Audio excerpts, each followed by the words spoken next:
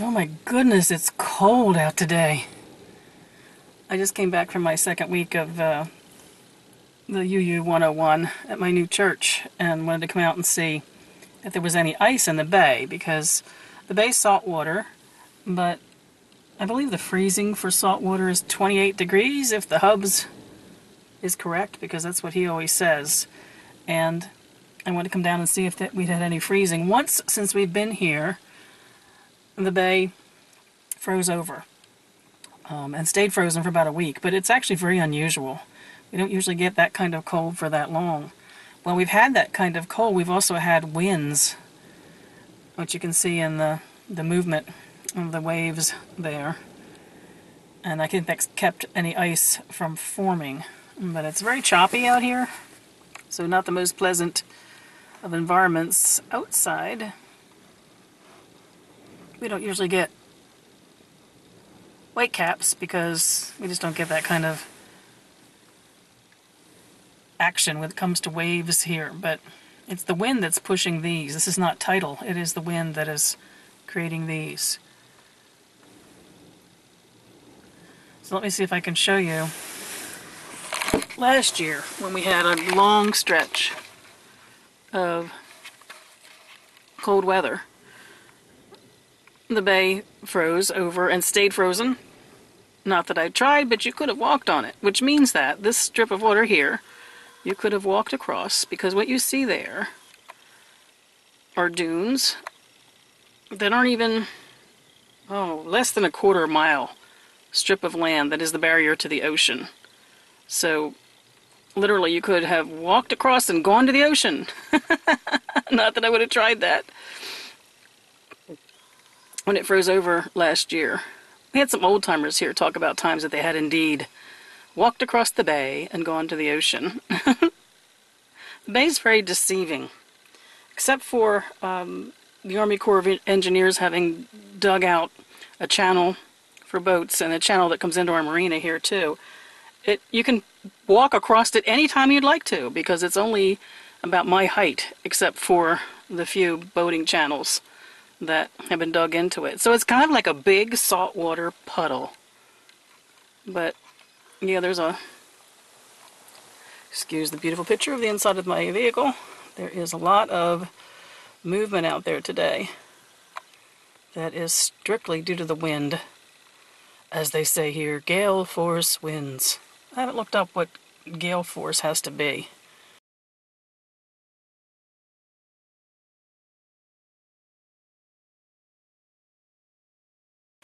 But let's just say it's windy out there, and since it's like 24 degrees, that puts our chill factor down into the, I guess, the mid-teens or so.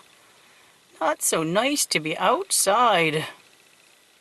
I'm hoping when I turn around to go back that I passed this group of seagulls when they came in. The poor little things. They were all on the macadam, so I guess they were getting some warmth off of the heat of the macadam. And if I can get their picture, they were all like laying down and trying to, get beneath the wind, and they look so cold, the poor babies. So I thought I'd come out to see some ice, but not with this kind of wind motion on the water. So here are those poor guys I was telling you about. Oh, they look so cold.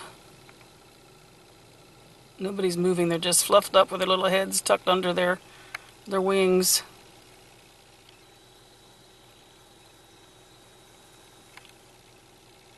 Kind of the seagull equivalent of brrr.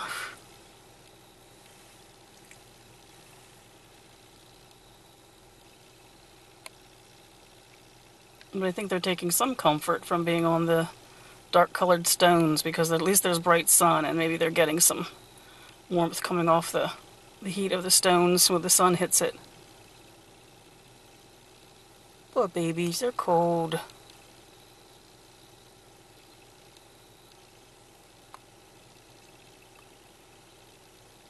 They look like little seagull puddles.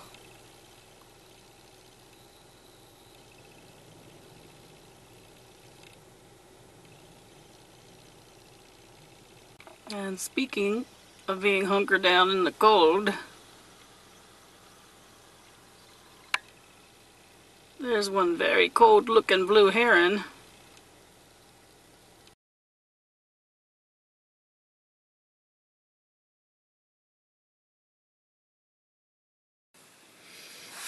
So my second of my two-hour sessions, UU 101, was delightful. It was wonderful to walk in. Remember last time I told you about the bit of social anxiety or worry I have walking into a group of strangers.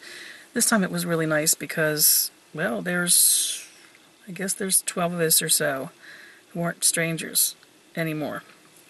So that's really, really a nice feeling, like recognizing folks and being at ease with them, and also getting to know a bit about them.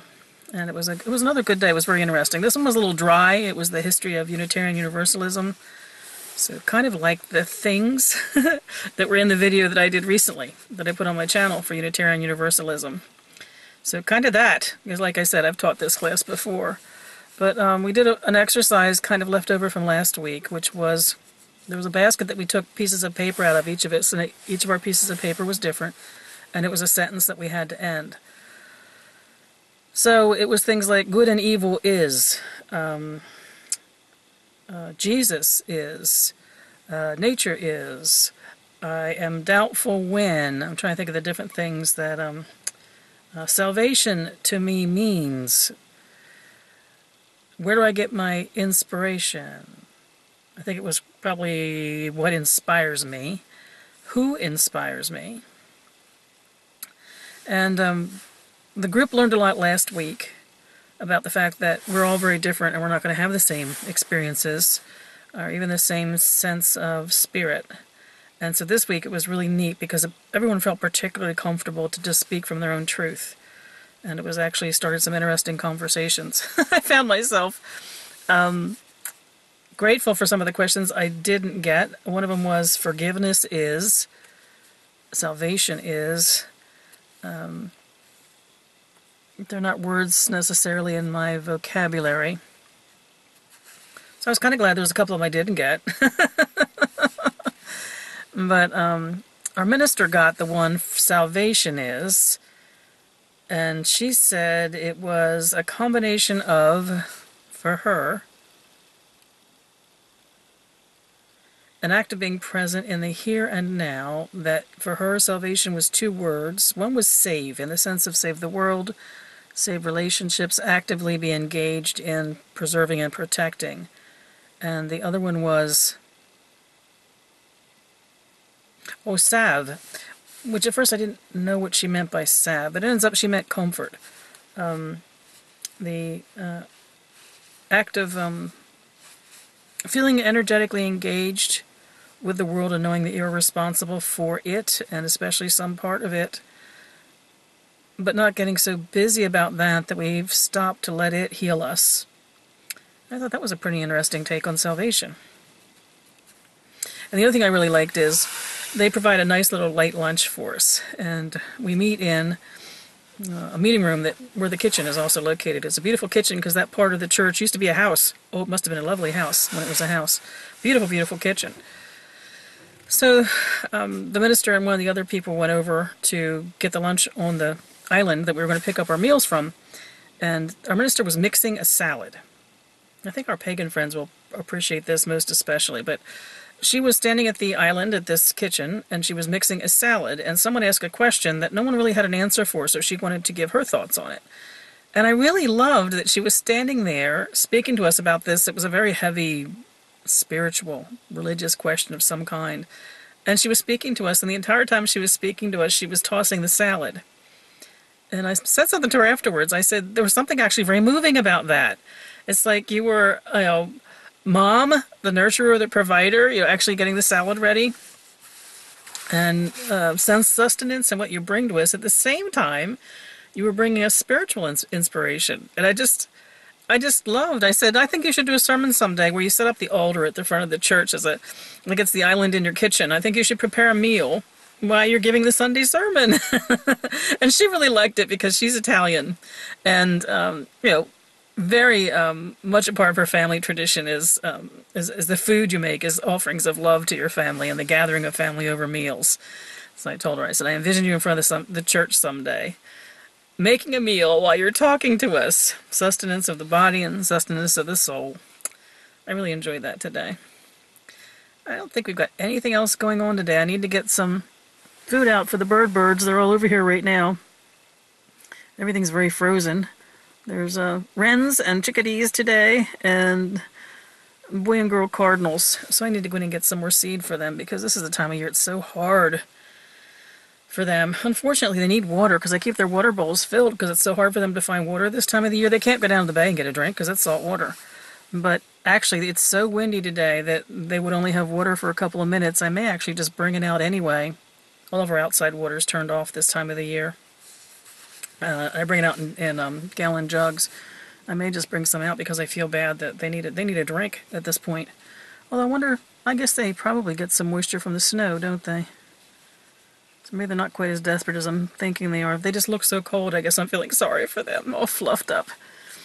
So other than that, there's really nothing planned for the day today.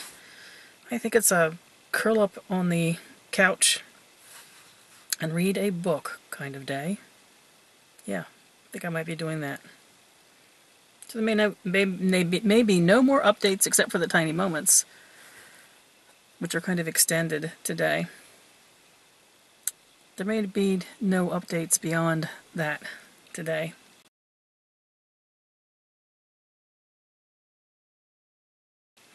Which is a good day, a whole afternoon to kind of like just do nothing with myself. Peace and quiet and a good book. Who can ask for more, you know?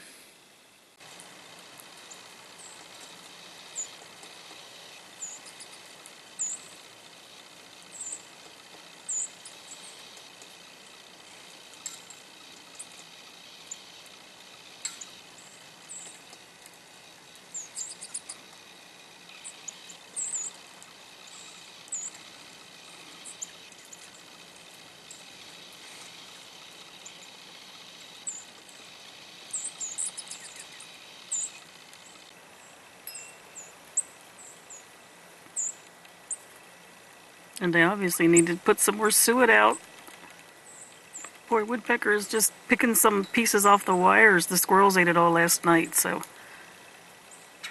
I need to bring out some suet so he's got something real to pick at rather than those leftovers.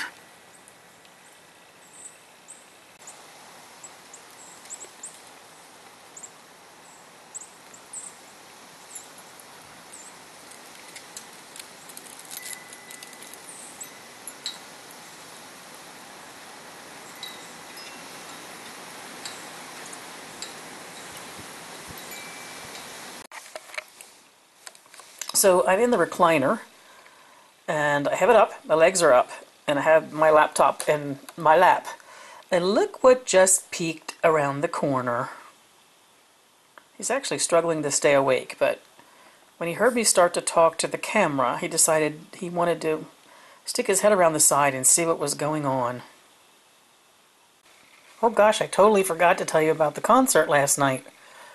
Sassy, brassy, and classy. 80 voices in the chorus. And I think there was a 10-piece band that was with them, who were excellent. And 80 voices just washed over you. It was just absolutely wonderful to experience it. Oh, they split off in small groups for some specialty presentations. There were a couple of soloists. But in general, it was the entire group engaged in some way. A lot of, well, the whole length of it, a lot of loving energy and high energy and just fun. Absolute fun. This is the program, and I'm going to read off the songs for you right quick, and you'll get an idea of how awesome it was.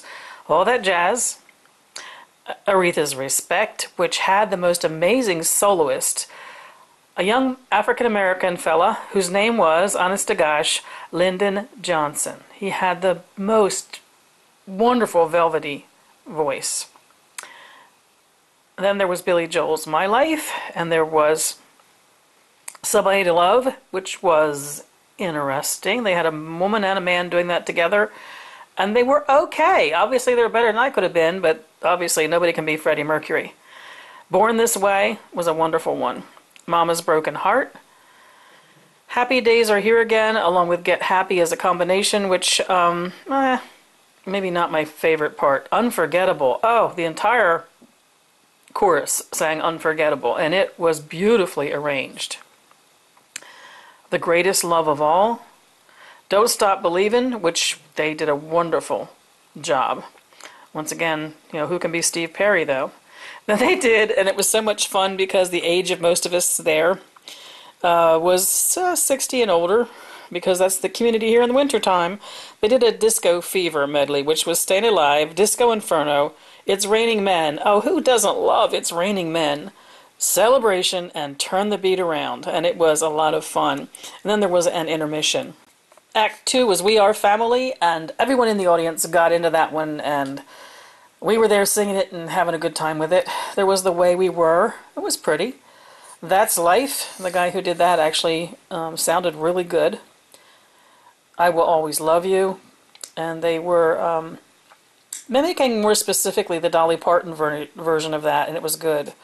The Prayer, which, if I'm not mistaken, is a Celine Dion song, I think. Boogie Woogie Bugle Boy, which was cute, absolutely cute. Big Spender, and what I loved about Big Spender is it was men singing it.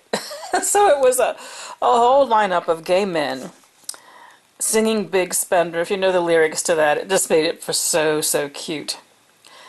They did Candle in the Wind, the original version of Candle in the Wind, honoring Marilyn Monroe, and it was gorgeous. Diamonds Are a Material Girl's Best Friend. You can guess what 2 songs they combined for that. And that was cute because it was a whole row of lesbian women. And they were just hysterical because most of them were, well, let's just not say they were feminine looking. There wasn't a skirt in the bunch. Not that you have to wear a skirt to be feminine, but somehow I just don't think diamonds are really these girls' best friends. And they knew it too. It was all done very camp. And then there was the combination of I Will Survive and Survivor, and ended with Friends. Oh, we had a lot of fun. I got to meet a wonderful woman who was sitting next to me. And as I sat down, I introduced myself, and I said, I'm Annie. She said, oh, I'm Annie too. And she had a bag at her feet full of a beautiful bouquet of flowers. Well, it ends up that her partner was singing on stage. And this was the first night of a 3-night performance. And Annie had brought flowers to give her girl for opening night for after she came off the stage. And I thought that was just so endearing. And I got involved talking to some other people right when we ended the night. So I didn't get to see Annie's partner get her flowers, but it was wonderful. A lot of fun and high energy. These people sang standing for over 2 hours. It was really amazing energy. A little bummer when we left, though, because, there was a prediction for some dusting of snow, which didn't bother me, but it looked like before the dusting of snow, there must have been a little sleet or rain or something. So the ride back, wasn't as comfortable as I would like it to have been. I made out okay, but it was, in all honesty, a bit slippery. Not because of the snow, because I don't mind driving in snow at all, but there was some glazing underneath the snow that was tricky, and they couldn't brine the roads because it was too cold. The chill factor was down single digits, so they couldn't do anything about brining the roads before that came through. I was amazed that there would have been anything other than snow because of how cold it was. But no biggie. This morning when I went to leave to go to the church meeting, it was, I think because of the cold, and there had been just a small dusting of snow, basically it had dehydrated and blown away, so it was no problem this morning. So that was a great night last night, and I loved being able to see my friend Bibi, who's also my goddess sister, up there singing along with all of her friends, and we were able to catch up during the intermission. I could introduce her to the women who went with me, a couple of friends from here in our neighborhood. And I really enjoyed speaking to my little namesake that was sitting next to me, Annie. She was a delightful woman. Really enjoyed getting to know her. I'm kind of hoping I run into her and her partner here and there, and other events I plan on going to. It was a very good night. Not positive who these guys are. They look like lady mallards, but I don't see any boy mallards, which is very unusual.